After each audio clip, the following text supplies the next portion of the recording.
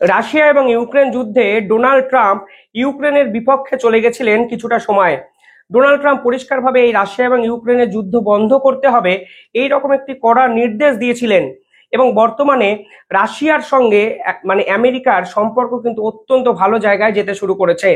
এখন ইউরোপ বুঝতে পেরেছেন ডোনাল্ড ট্রাম্প আসলে ইউরোপের পিছনে কিন্তু ছুরিটি মেরেছেন, কারণ ইউক্রেনকে নিঃস্বার্থভাবে সমর্থন করার কথা কিন্তু ঘোষণা করেছিলেন জো বাইডেন। আর ইউরোপীয় ইউনিয়ন এখন বুঝতে পেরেছেন যদি এই ডোনাল্ড ট্রাম্প এবং আমেরিকার উপর এখনো ডিপেন্ডেন্সি ইউরোপের থাকে, তাহলে কোনো না কোনো সময় ইউক্রেনের মতোই অবস্থা হতে পারে ইউরোপের বাকি দেশগুলোর। জার্মানির যে নতুন সরকার গঠন হয়েছে তারা ইতিমধ্যেই বলে দিয়েছে তারা আমেরিকার প্রকোপ থেকে স্বাধীন হতে চায়। আর ইউরোপীয় ইউনিয়নও এখনো বুঝে গেছে ডোনাল্ড ট্রাম্প কখনোই ইউরোপীয় ইউনিয়নের আর বন্ধু হতেই পারবেন না। পড়ে রইল রাশিয়া। রাশিয়ার সঙ্গে তো ইউরোপীয় ইউনিয়নের আদায় কাজ করা সম্পর্ক। ইউক্রেনে এই যুদ্ধ থেমে যাওয়ার পর রাশিয়া যে ইউরোপের একাধিক দেশের উপর বিভিন্ন রকম অ্যাকশন নিতে পারে সেই অনুমান কিন্তু ইউরোপের একাধিক বিশেষজ্ঞরা করতে শুরু করেছেন। দেখুন, আমেরিকা চলে গেল, রাশিয়া চলে গেল, চায়না কিন্তু এই ইউরোপকে দিনের পর দিন ঠকাতে শুরু করেছেন। কিভাবে করেছিল আমি আগের একটি ভিডিওতে আপনাদের বলেছিলাম। দেখবেন ইউরোপের দুটো পার্ট আছে, একটা ইস্টার্ন পার্ট, একটা ওয়েস্টার্ন পার্ট। ইস্টার্ন পার্টে ফ্রান্স, জার্মানির মতো কিছুটা শক্তিশালী অর্থনৈতিকভাবে সমৃদ্ধশালী দেশগুলো অবস্থান করে, আর ওয়েস্টার্ন পার্টে কিছুটা পিছিয়ে থাকা দেশটা কিন্তু থাকে। এই পিছিয়ে থাকা দেশগুলোকে বিপুল পরিমাণে টাকা কিন্তু ঋণ দিয়েছে চীন। চীনের সেই চিরাচিরিত পন্থা, এবং এই ওয়েস্টার্ন পার্টের বিভিন্ন দেশের সঙ্গে প্রায় 16 থেকে 17টা দেশের সঙ্গে চীন কিন্তু একটি মিটিংও করে ফেলে। ফলে এই যে ইস্টার্ন ইউরোপের দেশগুলো আছে তারা কিন্তু একটা ইনসিকিউরিটিতে ভোগে যে চীন বোধহয় এই ইউরোপীয় ইউনিয়নের যে ইউনিটি তা কিন্তু ভাঙতে চাইছে। আর বিকল্প হিসাবে পড়ে রইল সেই ভারত। অর্থাৎ যখন আপনি চীনকে পাচ্ছেন না, যখন আপনি রাশিয়ার সঙ্গে সম্পর্ক মজবুত করতে পারছেন না, যখন আপনি ডোনাল্ড ট্রাম্পকে ভরসা করতে পারছেন না, তখন ভারতই একমাত্র পথ, তা কিন্তু ইউরোপীয় ইউনিয়নের এই দেশগুলো বুঝতে শুরু করেছে। আরো উল্লেখযোগ্য বিষয় হলো এই টোটাল সফর নিয়ে ইউরোপীয় ইউনিয়নের টুইটারে একটি ভিডিও প্রকাশ করা হয়েছে। সেই ভিডিওটা দেখুন, আমিও দেখছি, তারপরে আমি বাকি এই ভিডিওর পার্টটা কমপ্লিট করব, তাহলেই আপনারা বুঝবেন কেন ভারতবর্ষের কাছে ভিক্ষা চাইতে বাধ্য হলো ইউরোপীয় union. It's just literally a shame for the European Commission and this aggressive West now to visit different countries that are not part of the European Union and to beg for some similarity, something similar to their anti-Russian actions. We see clearly that the global majority, and of course India, just to have adequate assessments of this aggressive policy of Brussels and condemn interference in domestic affairs of other countries. Now, regarding the pressure, we're sure that our partners will continue mutually beneficial economic relations with our country. It's just a shame for, in brackets, enlightened West to visit countries that they call just wild jungle, to beg them to support this beautiful garden in their... ভারতের প্রধানমন্ত্রী নরেন্দ্র মোদীর কাছে ভিক্ষা চাইতে গেছে গোটা Europe. আজকে এরকমই এক প্রেস কনফারেন্সে বিস্ফোরক দাবি করলো রাশিয়া। অর্থাৎ পুতিন এবার বুঝতে পেরেছেন রাশিয়ার কোপ থেকে বাঁচার জন্য গোটা ইউরোপ এখন নরেন্দ্র মোদীর পা ধরেছে। দেখুন, এ বিষয়ে তারা যে খুব একটা ভুল বলেছেন এটা নয়, কিন্তু আমার প্রশ্ন হলো হঠাৎ করে ইউরোপের কেন নরেন্দ্র মোদী এবং ভারতবর্ষকে প্রয়োজন হলো? এই ইউরোপ একসময় প্রেস কনফারেন্সে বলেছিল আমরা হলাম সাজানো গোছানো বাগান, আর গোটা পৃথিবী মানে বাকি পৃথিবী হলো এক জঞ্জাল। অর্থাৎ তৃতীয় বিশ্বের সঙ্গে এই ভারতকে কিন্তু এই ইউরোপ লাগাতার ভাবে কম্পেয়ার করে গেছে, তুলনা করে গেছে। আজকে ইউরোপের এতটাই মন্দ অবস্থা যে তারা ভারতবর্ষের আশ্রয় চাইছে শুধুমাত্র রাশিয়ার থেকে বাঁচার জন্য। শুধুই কি রাশিয়া, একের পর এক ভুল ডিসিশন ইউরোপ কিন্তু বিগত কয়েক বছরে নিয়েছে, তা আজকে তারা বুঝতে পারছে, এবং এই বুঝতে পেরেছে বলেই তারা এবার ভারতের ছত্রছায়ায় ঢুকতে চাইছে। দেখুন, এটা আমার কাছে একটা ঐতিহাসিক মুহূর্তই মনে হয়, কারণ প্রায় 27টা দেশের একটা সংগঠন ইউরোপীয় ইউনিয়ন তারা এবার ভারতবর্ষে এসেছেন শুধুমাত্র নরেন্দ্র মোদীর সঙ্গে মিটিং করতে। যে মিটিং এপ্রিলে শেষে হওয়ার কথা ছিল তা তো নিঃসন্দেহে ভারতের কাছে গৌরবের, কিন্তু এই মিটিং এ ভারতবর্ষ কি সিদ্ধান্ত নেয় তার উপরে কিন্তু অনেক কিছু ডিপেন্ড করছে। কারণ এই মিটিং এ চোখ ডোনাল্ড ট্রাম্পের, এই মিটিং এ চোখ পুতিনের, এবং সামগ্রিকভাবে গোটা পৃথিবীর যদি আপনি বিভিন্ন ভাগ করেন তাহলে দেখবেন ভারতকে কেন্দ্র করে যদি ইউরোপীয় ইউনিয়ন এক শক্তিশালী জোট গঠন করতে পারে তাহলে কিন্তু রাশিয়া এবং আমেরিকা পরবর্তীকালেও একটু অস্বস্তিতে পড়তে পারে। আমার মনে হয় না ভারত এই বিষয়ে এখনই কোনো সিদ্ধান্ত নেবে।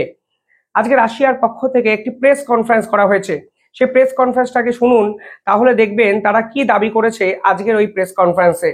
Europe and India are deepening their partnership. The commissioners are going to New Delhi to discuss a new strategic agenda: trade and investment, economic security and resilient supply chains, common tech agenda, reinforced security and defense cooperation. The two largest democracies, Europe, India, strategic partners shaping tomorrow. দেখুন এই video post করার সঙ্গে সঙ্গে তারা উপরে একটা সুন্দর একটা ক্যাপশনও দিয়েছে, একতাই বল, অর্থাৎ ইউনিটি স্ট্রেংথ। কিন্তু আমার প্রশ্ন হলো, এই ইউরোপ তো এখন কোনোদিনই ভারতবর্ষকে সে হয়তো পাত্তাই দিতে চায়নি। আজকে হঠাৎ করে ভারতবর্ষের সাথে কিসের একতা দেখাতে চাইছে এই ইউরোপ, সেটাও কিন্তু একটা বড় প্রশ্ন। এই মিটিং যখন দিল্লিতে অনুষ্ঠিত হচ্ছে, অর্থাৎ 27-28 তারিখ যখন এই ভিডিও আমি বানাচ্ছি, ঠিক তখন ডোনাল্ড ট্রাম্প আরো একটা ঘোষণা করে দিয়েছেন। তিনি ইউরোপীয় সমস্ত পণ্যের উপর 25% শুল্ক চাপিয়ে দিয়েছেন। অর্থাৎ যে ডোনাল্ড ট্রাম্পকে এরা দিনের পর দিন বন্ধু ভেবেছিল, যে আমেরিকা এদের পাশে থাকবে কথা দিয়েছিল, সেই ডোনাল্ড ট্রাম্পের অ্যাকশনে কিন্তু এরা কার্যত ধরাশায়ী হয়ে গেছে। আর এই 25% ট্যারিফ যখন ইউরোপীয় গুডসের উপর ডোনাল্ড ট্রাম্প সরকারিভাবে চাপিয়েছেন, তখন ইউরোপের যে বাজার, যে শেয়ার মার্কেট, যে অর্থনৈতিক পরিস্থিতি, তা কিন্তু একভাবে ভেস্তে যেতে পারে, তা কিন্তু অনেকেই বুঝতে পারছেন। তাই এবার এরা ভারতের কাছে এসে বিভিন্ন কিছু দাবি করছেন। এটি রিপোর্ট প্রকাশ হয়েছে যেখানে বলা হচ্ছে, UE to seek India self to enforce sanction on Russia. অর্থাৎ ভারতের কাছে তারা এক অদ্ভুত দাবি করেছে। তারা বলেছে ইউরোপের একাধিক দেশ যেমন রাশিয়ার বিভিন্ন পণ্যদ্রব্যের উপর স্যাংশন লাগিয়েছে, ভারতও যেন সেই স্যাংশনটা লাগিয়ে দেয়। এতে সুবিধা কি হবে? সুবিধা হবে যে কোনোভাবেই রাশিয়া বিভিন্ন মার্কেটে আর ঢুকতে পারবে না। এতে ইউরোপীয় ইউনিয়নের যে গুডস অর্থাৎ পণ্যদ্রব্যের চাহিদা বাড়বে। তবে ভারত সরকার এই বিষয়ে কি করবে সে বিষয়ে এখনো কোনো সিদ্ধান্ত নেয়নি। কিন্তু বিষয়টা খুব স্বার্থপরের মতো মনে হচ্ছে না? যে রাশিয়া দিনের পর দিন ভারতকে সাহায্য করেছে, যে ডোনাল্ড ট্রাম্প নরেন্দ্র মোদীর সঙ্গে সম্পর্ক ভালো রেখেছে এখনো অব্দি, তাদের বিপক্ষে গিয়ে ইউরোপীয় ইউনিয়নের কথায় রাশিয়ার উপরে বিভিন্ন স্যাংশন ভারতবর্ষ লাগাবে, এই অলীক স্বপ্নই কেন ইউরোপ দেখছেন, সেটাই তো একটা বড় প্রশ্ন। পাশাপাশি এরা ভারতকেও একটা চাল দিতে পারে। দেখুন, পরিষ্কারভাবে বোঝা যাচ্ছে তারা বলতে পারে ইউরোপীয় ইউনিয়নের বিভিন্ন দেশের জন্য ভারতবর্ষের ভিসা অত্যন্ত সহজ করে দেবেন।